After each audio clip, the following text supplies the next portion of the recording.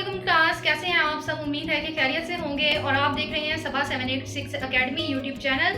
अगर आपने इसको अभी तक सब्सक्राइब नहीं किया तो सब्सक्राइब लाजमी से कर लीजिएगा। आज हम बहुत ही इंपॉर्टेंट टॉपिक पे बात करने वाले हैं, वो है जी सप्लीमेंट्री पेपर और एनुअल पेपर। दोनों पेपर की तैयारी आप लोग कम वक्त में किस तरीके से कर सकते हैं। सबसे पहले आपको पेपर पैटर्न पता होना चाहिए।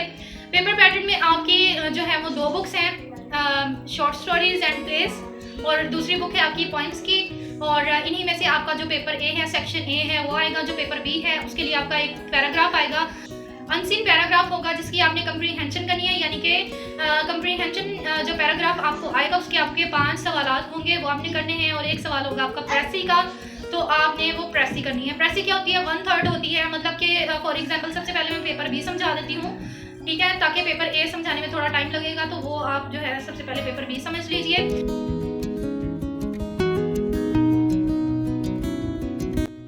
सेक्शन बी आप किस तरीके से इसका जो है वो सॉल्व करेंगे। सेक्शन बी सॉल्व करने के लिए जो पैराग्राफ आपको आता है वो होता है आपका 25 मार्क्स का।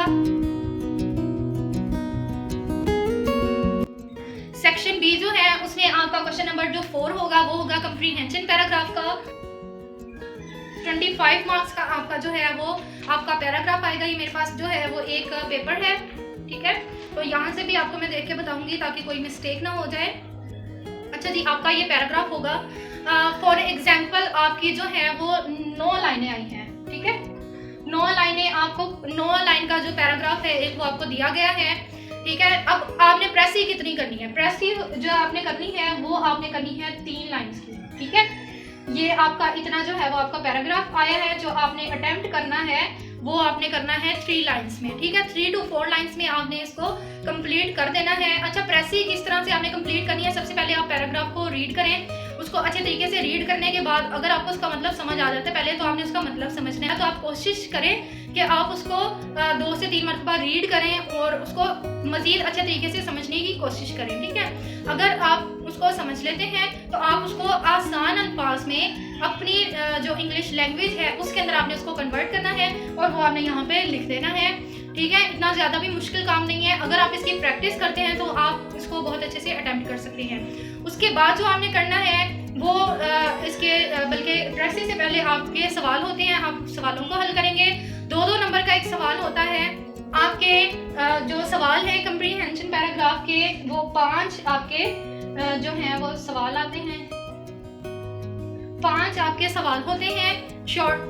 2-2 नंबर का एक सवाल होता है। उसी पैराग्राफ में से आपको सवाल पूछा जाता है, आपने उन सवालों को देखना है। अच्छा, अगर आपको पैराग्राफ समझ नहीं आ रहा है तो आप उसके सवालों को रीड करें। अगर आपको सवाल समझ आ गए, क्योंकि सवालों में काफ़ी चीज़ें ऐसी हैं जो कि थोड़ी सी आसान भी आपको लग सकती हैं, तो आपको शायद से बहुत ज़्यादा हेल्प मिल जाए पैराग्राफ समझने की। आपको अच्छे तरीके से समझ आ जाएगी। 5 जो सवाल हैं वो आपके आते हैं।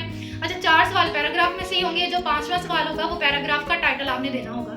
जब आप पैराग्राफ को समझ लेंगे तो फिर आपको टाइटल देने में बिल्कुल भी मुश्किल नहीं होगी, ठीक है।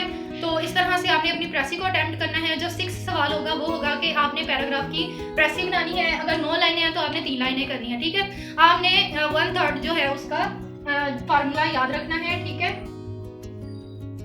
ये आपकी प्रेसी होगी। 15 नंबर की जो प्रेसी है वो आपकी होती है। 10 नंबर के शॉर्ट सवाल होते हैं उस पैराग्राफ के। उसके बाद जो आपका सवाल है वो आता है क्वेश्चन नंबर 5, और क्वेश्चन नंबर जो 5 है वो आप अटेम्प्ट करेंगे ट्रांसलेशन का। अगर आपने ट्रांसलेशन नहीं करनी तो आप उसको डायलॉग का भी कर सकते हैं। अगर आपको डायलॉग आता है तो आप डायलॉग करेंगे।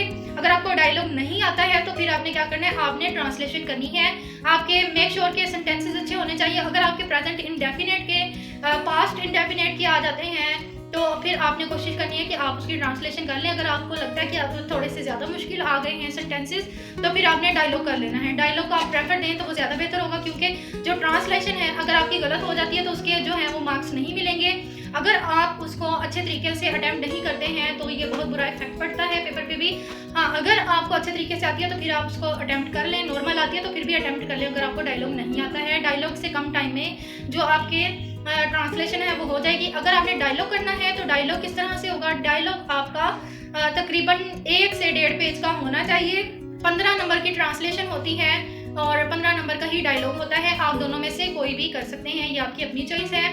तो जी इस तरह से आपने इसको अटेम्प्ट कर लेना है। अटेम्प्ट करने का बहुत आसान तरीका मैंने आपको बता दिया कि आपने पैराग्राफ को रीड करना है, पैराग्राफ रीड करके आपने सवालों को रीड करना है, उसके बाद आपने अगेन उसको रीड करते जाना है। अगर आपको लगता है कि ये आपका सवाल पूछा गया तो फिर आपने उसको मार्क करते जाना है और कोशिश करें कि जो पैराग्राफ के अंदर एज इट इज़, कुछ टीचर्स कहते हैं कि जो पैराग्राफ में आपको लगता है कि पहली लाइन में उसका आंसर है, पहली पूरी लाइन उठा के लिखते हैं। नहीं, आपने इस तरह नहीं करना है। अगर आप सिंपल इंग्लिश नहीं बना सकते उसकी, आप कोशिश करें कि थोड़े से जो मुश्किल अल्फाज हैं उनको आप आसान अल्फाज में करके वही लाइन लिख दें। बस उसके जो अल्फाज हैं उनको चेंजिंग कर दें, यानी कि कहने का मतलब है आप उनको सिनोनिम्स में कन्वर्ट कर दें।